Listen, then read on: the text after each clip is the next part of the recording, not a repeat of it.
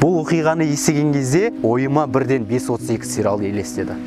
Қан жуса болып жатқан мәйіт пен бойында қорқыныш сезімі жоқ маньяк. Бірақ бұның барлығы өткен жылдар болған жағдай. Одан кейін бір шама уақыт өтті, адамдар өзгерді. Дегенмен қазіргі кезде ондай адамдар жоқ деп айту қате болар.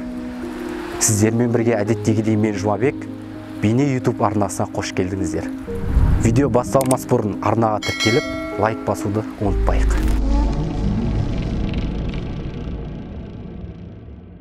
Бұрынғы Алматы, қазіргі Жетісу облысына қарасты Панфилов ауданында орналасқан Шолақай ауылы.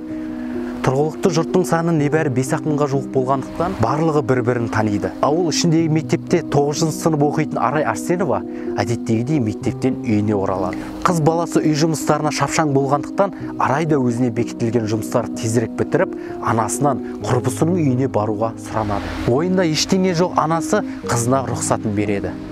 Бірақ бұл Арайдың анасымен соңғы тілдесуі болатынын кім білген. Үйіне әлі де оралмаған Арайдың анасы қызын уайымдай бастайды. Ананың жүрегі бір нәрсені сезгендей көңілі жай таппай бірден іздеуге кіріседі. Кішкентай ғана ауылдан із-түссіз жоғалған қызын таппаған анасы бірден полиция қызметкерлеріне хабарлайды. Із-түссіз жоғалған қызды келесі күні туыстары мен жақын адамдары, тіпті ауылдың тұрғындары жиналып іздей бастайды. Панфилов ауданына орналасқан барлық ауылды жаяу аралап, әрбір үйдің есігін қағып шыққан.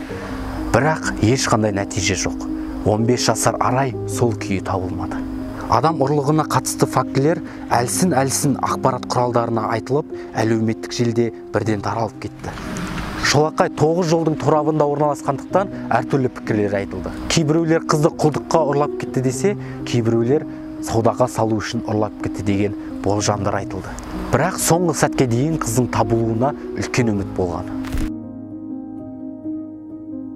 Арадан бір апта уақыт салып, Арайдың өлі денесі ауылдың шетінен табылады. Сот медициналық сараптамасы Арайды зорланғанын айтып отыр. Ең сорақысы қылмыскер қызы зорлап, артынша ешқандай күдік қалдырмау үшін денесін өртеп жіберген. Мұндай айуандықты кім жасағаны бірден анықталып, күдіктіні полиция қызметкерлері бірден тұтқындады. Күдікті ретінде Шолақай ауылының 38 жасар тұрғыны Рустам Ахметов ұсталды. Ол ауылдың ішінде такси қызметімен күн көретін азамат. Кейде ауыл тұрғындарын қалаған жеріне дейін жеткізіп тастайтын.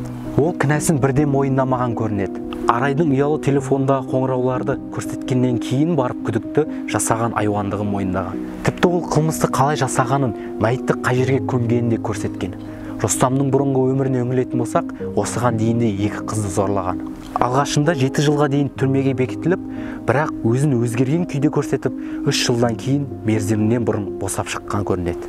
Ал екіншісінде зәбір көрген қызбен үйленіп, жазадан оңай құтылған. Адам өзгермейді деген сөзді Рустам тағы да дәлелдеп отыр.